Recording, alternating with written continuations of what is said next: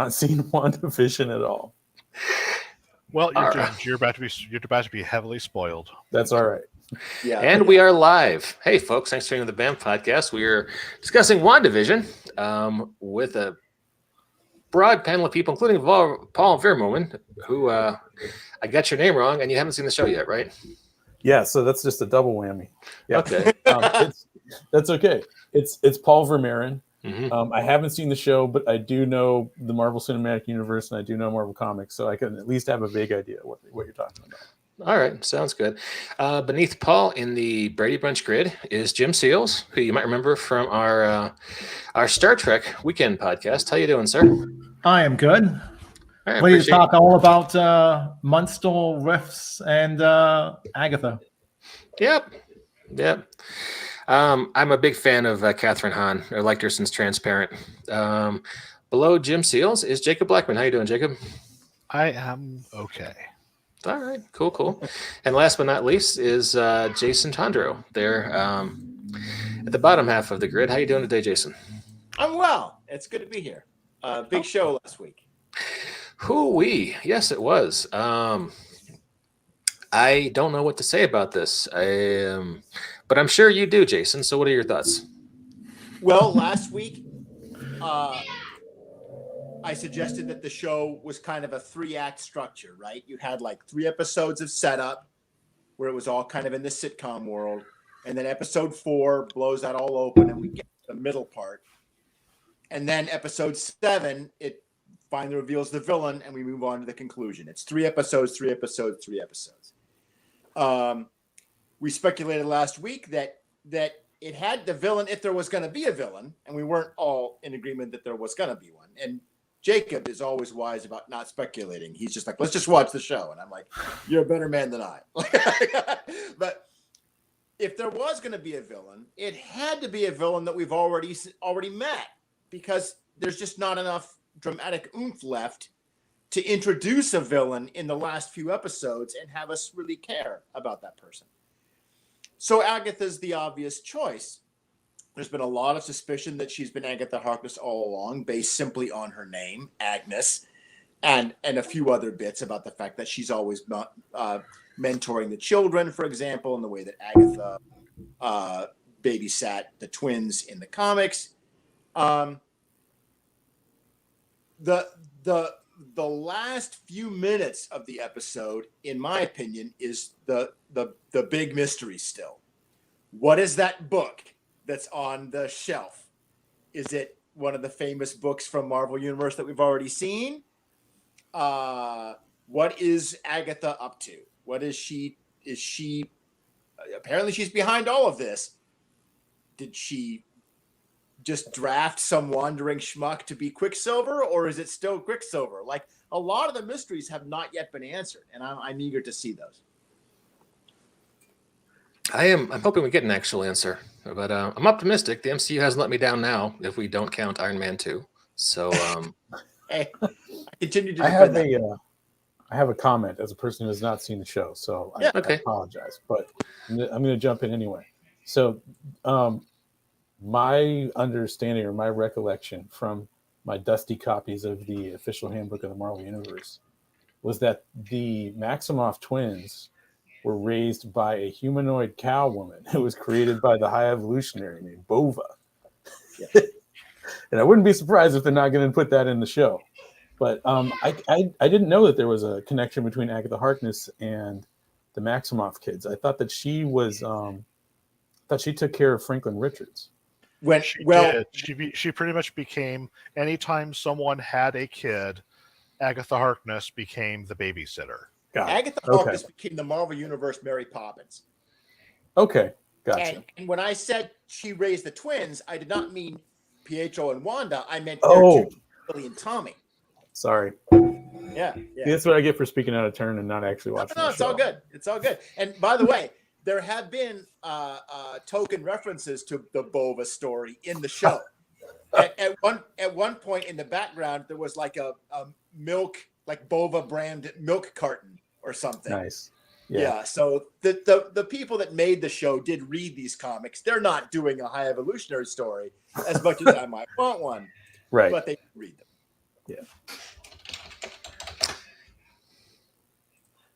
Jim, what do you think, sir? Well, there was a lot.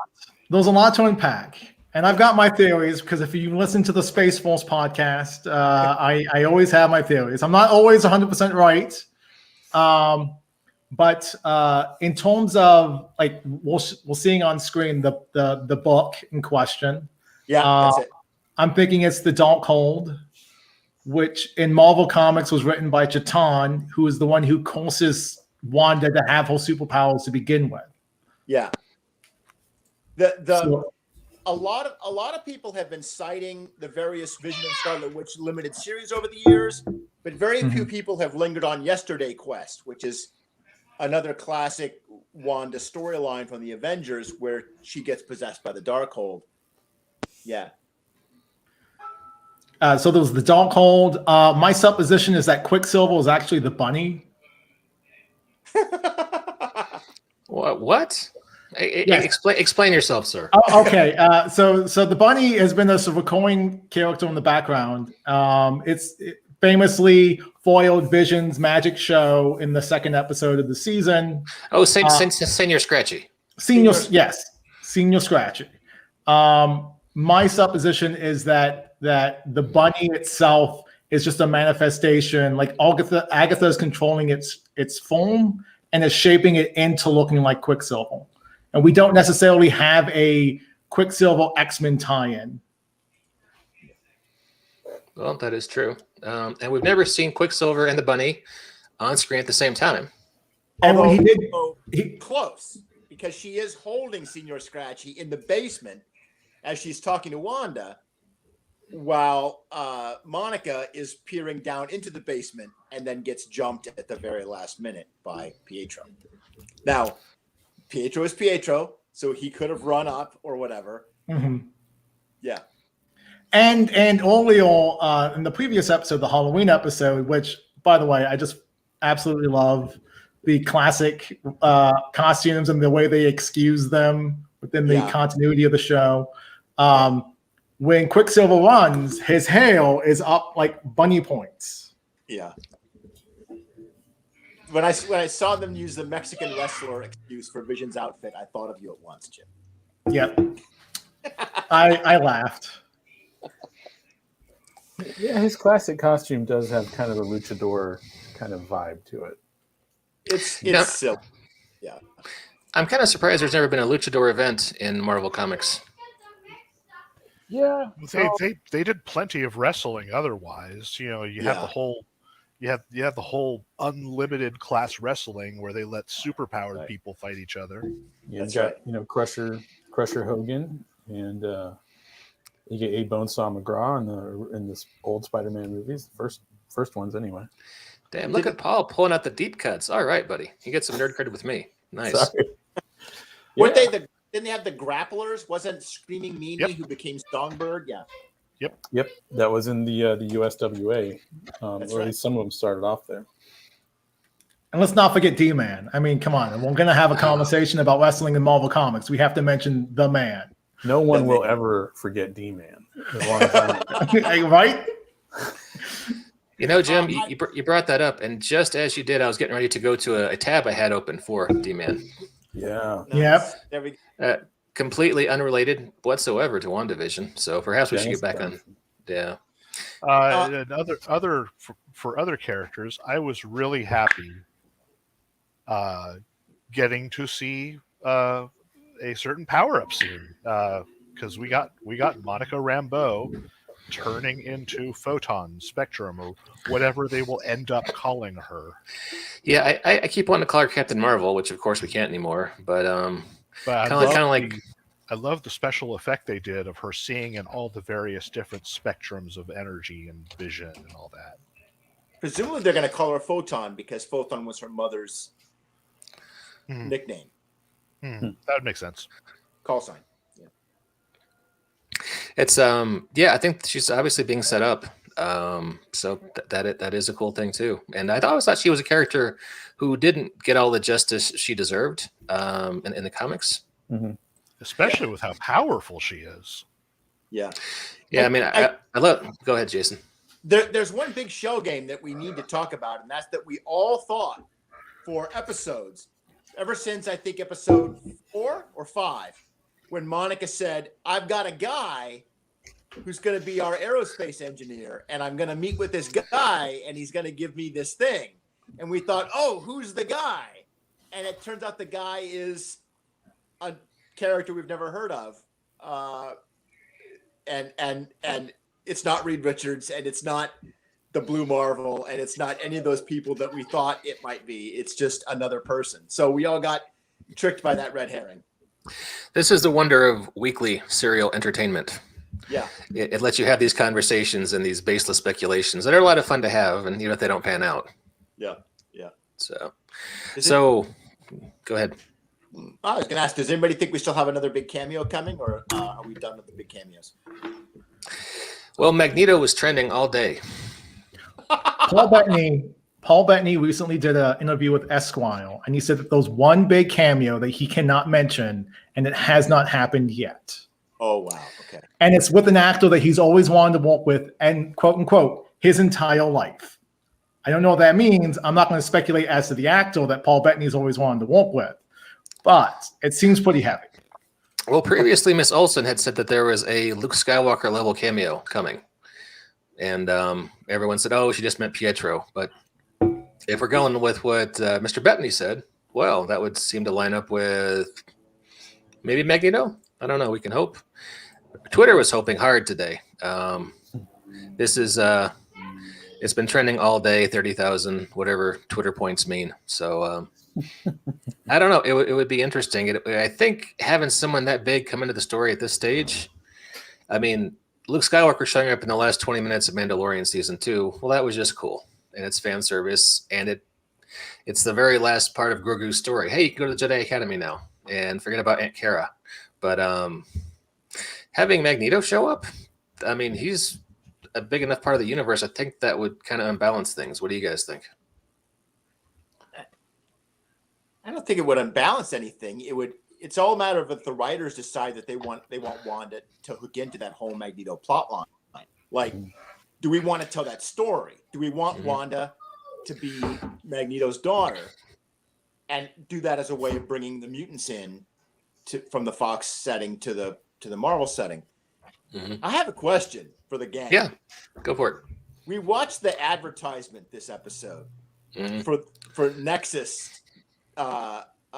Nexus was a medication, right? It's like an antidepressant. Yeah.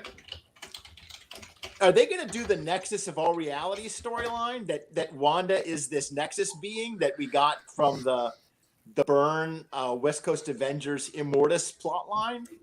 I mean, well, from what we've seen of the Loki trailer, that may be something they're leading up to, because from the trailer of that, it looked like he was going to be dealing with a lot of alternate reality stuff. Yeah. And then, of course, there's the What If show. I'm sure they're opening this whole up to the possibility of the Marvel Megaverse or multiverse, or however you want to be it. Well, what is the name of this Doctor Strange movie that's coming up soon? The Multiverse of Madness. Boom, there you go.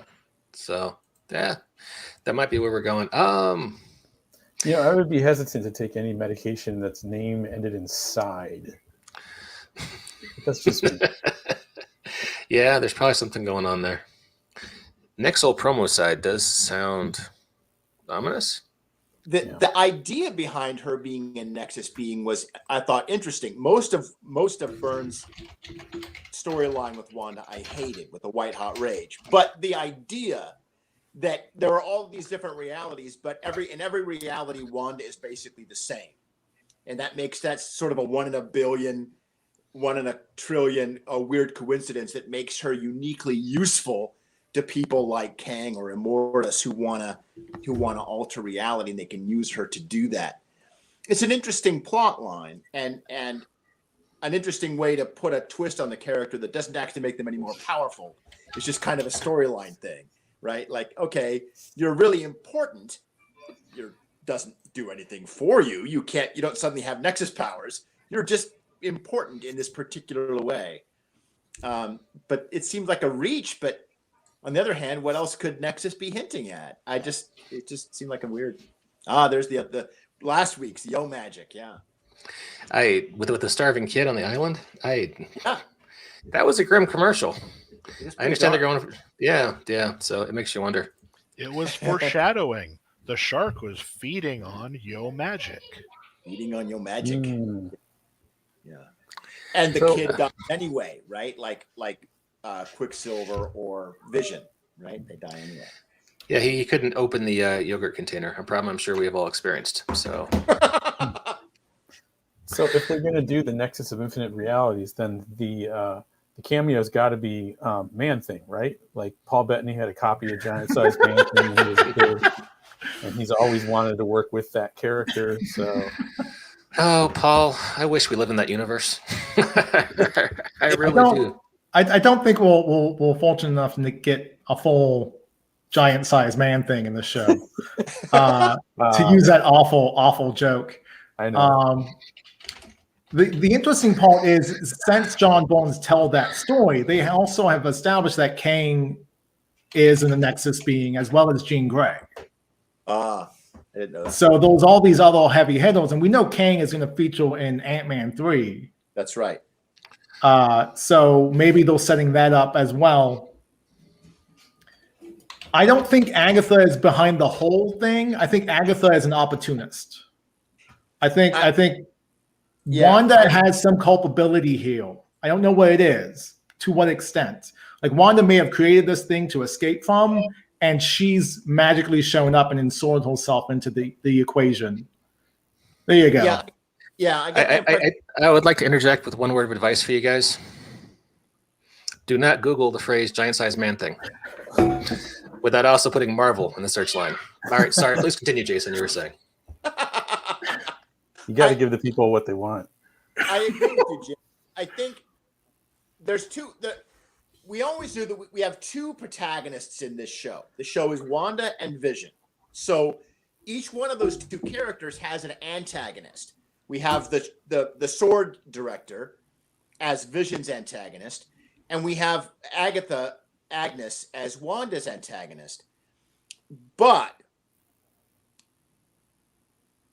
is Agatha preying on Wanda, like exploiting Wanda's trauma? That seems that's how the show feels to me. Mm-hmm. I think there's still room for Wanda or for Agnes to be working for some larger power or trying to use the Darkhold. Or the tricky thing about the Darkhold is I'm really curious. They don't have to do this, but I'm really curious if they're going to acknowledge the other times the Darkhold has shown up on Marvel television. Because it's in both Runaways and Shield use the Darkhold, and they don't have to acknowledge either of those things. Those are both out of canon, but I'm curious if they will, or if they'll decide not to use the Darkhold because it was in those shows. There's no shortage of magic books in the Marvel universe. Could be anything. And you can easily explain away the cover changing between those appearances in this one. Yeah, like magic book. Yeah. Every 5 years it reboots itself or something. Like those more evil chapters added. Yeah.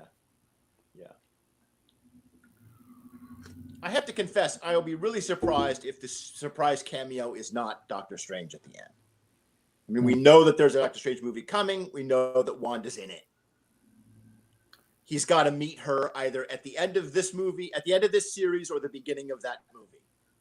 Well, the commercial does say at the very end, call your doctor. You're right. Just pointing that out. It does say call your doctor if these symptoms happen or something to that effect. Jim, were you the guy back in the day who was playing his records backwards? Because you catch all these little snippets that fly right by me. Well, I just want to, I'm always interested to see how other people construct their narratives. And like the commercials have paid, here's my big thing. And it doesn't involve Marvel cameos. It doesn't involve, setting up the next 20 years of Marvel cinematic storytelling. What I want to know is what is this show doing with television? And why is it using television as the meta plot metaphor in it? Is it just because it's a cute, we have Wanda and Vision and that sounds like television and we're just going to do a meet cute thing? Or is it something that the show is trying to actually tell us about our consumption of television as a medium, as something that allows us to practice emotions? Because, these stories allow us to experience emotions in a safe environment that we're still on our couch, we're still protected. But one of the reasons why Outbreak is one of the most seen movies in 2020 on Netflix is because people were trying to wrap their head around what a pandemic is, sitting in their house. So you practice the emotions of watching someone else go through a pandemic. Yeah. So like, is this show trying to say that we can process our grief through fiction? Like, that's what I'm really interested to see what lands, more than Magneto showing up. And as an X-Men geek, yes, I want that, quote unquote, but I may not actually want that. You know what I mean? Yeah, ultimately, Jim is asking, what is the show really trying to say? And why is it using television to say it? And I think that's a great question. John Rogers, a TV writer of many, many shows, Leverage, The Librarians, old D&D gamer, total one of us. He's a nerd like us. He suggested that the show is using television because it's showing the breakdown of culture and society and our values in the same way that Wanda's sitcoms break down over the decades, that we're interrogating and deconstructing what we believe as a society, and that pressures in our society have made living in the idealized kind of family of the 50s impossible. We just can't live like that anymore. We're too busy trying to pay rent and take care of our kids, and we've got a million pressures on us, and we just can't live like that anymore if we ever could. Yeah, and to your point, Jason, yeah, those were fictions. Those were constructed. Right. Totally. Like, my real interest is, like, no one ever lived a 1950s style, quote unquote, nuclear family that was presented on TV. That wasn't a thing. That's something that we created as a society. Wanda is clearly an immigrant. Her accent shows up when she steps out of the hex, and she drops all pretense of what's going on. Like, what's the intersection between the media that America produces, because she's trapped in an American TV show that keeps rebooting itself every episode, the media we produce and we say all, good values to have, versus what is that like to the air of an immigrant in a country that's war-torn, in a country where we know that one of the few things we know about this Scarlet Witch, or this Wanda, I should say, is that she was in a ruined, apartment building, staring at a stop missile in her room, waiting for it to blow up and kill her and her brother. Yeah. Like, so we export, like, not only war technology in the Marvel universe as emblematic with Tony Stark, but we're also exporting television. Yeah. And what is that intersection going to be? Yeah, it's an interesting question. Using my crack internet Googling skills, I found a story from a year ago that claimed that Benedict Cumberbatch, oh my God, I got that name right the first time. 1 point for Mike. It was on set during the last week of filming for WandaVision. So, although it's hard for me to believe Paul Bettany has wanted to work with Benedict Cumberbatch for his entire life, but because maybe that's what they call hyperbole. It could be, because aren't those guys pretty much the same age? I would think roughly. Yeah. I'm just going to throw this out here, and I don't think it's going to happen. This is just spitballing. Patrick Stewart shows up in the last 2 minutes of the episode. Well, that's why I never speculate. I just watch it and enjoy. We get Charles Xavier in the last 2 seconds of the episode. It's my fantastic. Cool. My guess is it's going to be Sylvester Stallone reprising his role from Guardians of the Galaxy as Sakaar. Oh, yes. Paul Bettany's always wanted to work with Sly, and who wouldn't, man? He's Sylvester Stallone. Hey, Ron, how you doing? Good to see you there, sir. Ron Fraser joining us, saying Benjamin Cumberland, cumbersome. I often call him Benedict Cumber Bun, but not on purpose. hey, I'm going to change subjects hard right now. Paul, you're running a Kickstarter based on a theme I like, which is superheroes in a post-apocalyptic setting, which Okay. for my money isn't done enough outside of Captain America comics from the Bronze Age. And you're doing it with a system I love, which is icons. So it's called GridShock. And I'm just such a mark for this because I love the whole retro wave kind of styling. Thank you. I would buy this Trapper Keeper back in 1985 if I could. It's funny you mentioned that. I'll get back to that. So tell us about GridShock, and it's on Kickstarter right now. If you search for GridShock, you can find it. And Paul is dangerously close to funding, so give him some love, please. So Paul, mic over to you. Okay, thank you.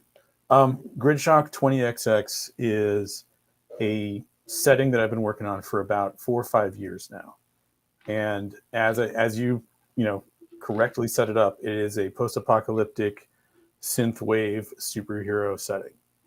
So the idea behind it was that I wanted to make a game that could incorporate almost anything that you wanted it to incorporate. And then from that point, I thought about it and I was like, well, what would be the ideal backstory for some sort of post-apocalyptic world that incorporates anything? And I figured, well, the superhero genre encompasses all genres, right? There are characters that, come from basically any genre you can think of. So, and, the genre also, includes lots of, elements from many other genres in it. So I figured, okay, let's take a superhero world and then kind of blow it up to make it something that's more conducive to an open role-playing game experience. So my idea is that, some of the most successful role-playing games run with this idea of, what we call a points of light setting, where, everything's messed up. There's a few little patches of civilization.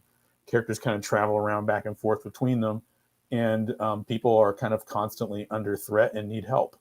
So rather than making characters who, hang out in the base waiting for the trouble alert to go off, I wanted to make a setting where characters could kind of roam around and always be in trouble and always be able to look for trouble. So that's what I did. I can talk about kind of like the backstory for it if you want. Do you have, what would you like me to explain about it? Well, let's talk about the what we're actually selling in the Kickstarter. You've got 4 zines that are finished. Yes. And if I understand the pitch, it's largely statless, except we do have icon stat blocks. Is that Yes. Is that fair? Okay, cool. Yeah, for the most part, there aren't many stats. You will get most of the stats in one of the zines that's called the GridShock roster. That's the one that includes those 12 vector templates that you just kind of scrolled past by. Mm-hmm. So those templates are there if you want to be able to make a character very, very quickly and you want to be absolutely sure that it's going to fit into this world and have like kind of like a role set for it already. These are kind of existing types of world. You can make one of them. Each one of them has like 3 variants where if you want to tweak it a little bit and make it a little bit different, it gives you some ideas on how to kind of build that character in a different direction. But of course, if you're using icons, you can make basically any superhero character that you can think up. And since this was a superhero universe before it got blown up in 1986, you can make essentially any kind of superhero character that you want, and it's not going to break the setting or cause some sort of problem. Okay, cool. Yeah, like I said, I'm on board with the whole concept, and I've always thought post-apocalypse was a great setting for superheroes, just for the reason you said. They get to be proactive. They're not just waiting around the Batcave for the red phone to light up. They everything's gone to hell, and there need to be heroes to put things back right. And, yeah, I think this is, like I mentioned in the introduction, there's a few Captain America that visits this idea quite a bit. Rick Remender had a arc where he got thrown into an Arnim Zola ruled dystopian future, where he spent 30 years fighting Arnim Zola and actually raised Arnim Zola's son as his own, and then went back to the modern day. And that seems to happen every couple of years for Captain America. Mark Waid had a really good one. And then I'm remembering 20 years ago in the 90s, there was some big event where the Justice League was in a similar setting. They were fighting off an alien invasion in a dystopian setting. But yeah, I'm just a big fan of all this. Oh, sorry, go ahead. No, please go ahead. Yeah. Just to name drop a couple of other big ones that were also, obvious influences on this. There's the Days of Future Past. and its kind of later outgrowth, which was, very extreme, but, the Age of Apocalypse that they did in the 90s. Not quite as big of a fan of that, but in some ways that was an influence upon me because as brilliant a story as I think the Days of Future Past is, it's incredibly bleak and grim. There's virtually no hope left. And I didn't want to go quite that grim with this. So the characters are kind of like part of this. Your characters are what are called vectors. And the idea is that I kind of built in an explanation into the setting for icons as determination, which is, which work a lot like, fate points or inspiration or karma or whatever you want to call it, depending on whatever system it is that you're playing. But instead of rather that just being kind of like a narrative explanation for why the heroes are able to do what they do, in this, there's actually part of the backstory is that the universe has been tilted. It was supposed to be a superhero universe, and now it's essentially a super villain universe. The villains are in charge now. And the universe is kind of trying to repair that. And your characters, whether they're aware of it or not, different characters will be aware of this to different extents, are sort of an attempt of the universe to rebalance that imbalance. So that's kind of the big picture of what's going on. But most characters on the ground aren't really going to be thinking necessarily in those terms. Yeah, it makes me wonder if there's a meta supervillain out there who has genre control powers. There kind of is. I hint at that a little bit. All right. Paul, with your observation that you've made determination into something that actually is like a measurable energy force in the setting, it reminds me a little bit of Torg's possibility energy. Yeah. Do you know Torg? Here's the thing. So when I was, at the time Torg came out, I was at the perfect age and the perfect mindset to get sucked into rifts, which is a similar concept that was executed in a vastly, vastly different way. Yeah. So, as how old was I? I was 12 or 13 when Rifts came out, and I had been primed, for that game by, looking at Rob Liefeld comics and all that kind of stuff. So Rifts was kind of the Torg-like game that I got sucked into. And if I'm being perfectly honest with you, really early on, GridShock 20XX started off as me trying to make kind of a spiritual successor to Rifts, though it's ended up going in a pretty different direction now. But I do know a little bit about Torg and a little bit about the lore of that game, even though I've hardly played it. So yeah, that's a really good observation. That's pretty accurate. Well, I love hearing that the lineage of this game has its roots back in Rifts. I think that, and Rifts is still thriving. It's got a Savage World setting now, and which is presumably is much better balanced than the old Rifts was. So, wait, what are you saying, Jason? Was Rifts unplayable as written? What are you saying, sir? Hey, well, go ahead, Paul. 12-year-old me certainly didn't think it was unplayable. I played the heck out of it through middle school and high school. Though by the end of it, I was certainly starting to get tired of combats that took days to resolve. Well, but it's playable, whether it's streamlined or slick or elegant. I wouldn't say so, no. Well, what I eventually came to understand about Rifts was the brilliance of its publishing scheme. Yes. That every new book had a new character class in it that was more powerful than every other character class in the game. Yes. And so everybody bought every new book in order to get that new class. Yes. That's incredibly dishonest as a game designer, but it's incredibly successful as a marketing person. And it also encouraged you to buy every other game that the publisher made, because all of those games were compatible. So you're like, wait a minute, I want to be a ninja. None of these books have ninjas in them yet. I have to go buy Ninjas and Super Spies so I can be a ninja. Yeah. Or, I want to be an ice giant, but none of those books have that yet. So now I got to go buy Palladium Fantasy so I can be an ice giant. So yeah, it was pretty brilliant in a way. Yeah. And it is still going. If you happen to be like me and you made a character using the first book, and then you started playing with people that started making characters from the 20th book, you were garbage. Hey, Paul, I have a question. Yes. So you mentioned Age of Apocalypse. You mentioned all these great stories. My question is about your fiction. Okay. So it's a superhero universe that is now a post-apocalyptic, right? Right. Now, one of the interesting things about stories like Age of Apocalypse, or even to a lesser extent Days of Future Past, was exploring the idea of these characters whose context has changed, but what were the core identifying marks of their personality? So, for instance, I'm thinking like Prelate Summers in the Age of Apocalypse still was honor-bound like Cyclops is, Right. even though he was raised by Mr. Sinister instead of Xavier. Right. Like, do the Vectors have any knowledge of what their world should have been like? Some of them do. Okay. Some of them are. It's really kind of up to you to some extent. You know, your character may be very aware of the history of, you know, the world, or maybe completely ignorant of it. But there are a couple of templates that are set up for you that do have intimate knowledge of what happened and understand the nature of this kind of reality warping that has happened. So like the Ultra Knights are kind of like the main example of that. So like one player could be like the Kitty Pryde character in the story, the one who knows that everything's wrong and everything's screwed up, and you're actually married to that person. You're not trying to kill him. Kind of character. Okay, that's a little bit. Fun. Yeah, the Ultra Knight characters, they are aware that the universe has been fundamentally disturbed in some way, and other characters react to that in different ways. You know, they get this insight, you know, psionically, basically, just, you know, it's just dropped on them. But other characters will probably kind of react to that sort of like how, you know, Han Solo does early on in Star Wars, when they, you know, they're like, oh, that's just a bunch of mumbo jumbo. You don't know what you're talking about. That's the old days. Doesn't work like that. So, you know, this is a game that in some ways wears its influences on its sleeve, but at the same time, I did try to make it so that there's a cohesive backstory and there's a reason for all of the crazy stuff that is there.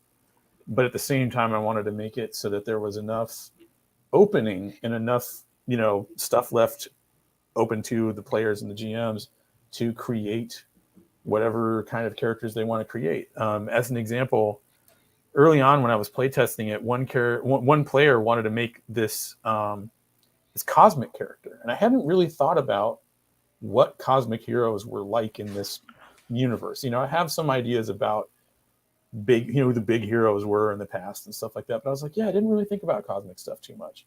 So he wanted to make a character who was an astronaut who took off into space before this apocalypse, the shock, happened, and came back afterwards and got powers in the process and is now, you know, completely confused about what's going on. I hadn't thought about that at all, but there was no reason for him not to be able to do that. He could easily make a character that was like that using icons, even though it doesn't fit one of the templates, but that's fine. The templates are all balanced, you know, against what a normal icons character would be like.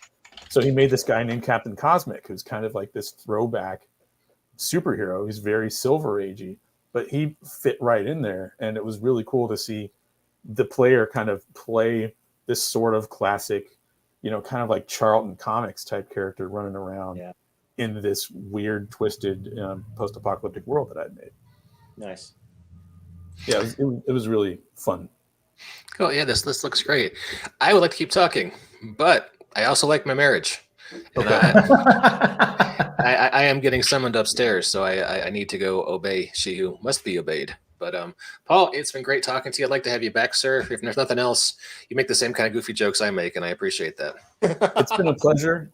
I just want to mention again, this thing's only got I think 70 hours left, or maybe even less than that right now. Yeah. So if you're interested in it, go check it out. Yeah, definitely time to show some icons love and get us over the finish line. And Jacob, we're logging off, sir.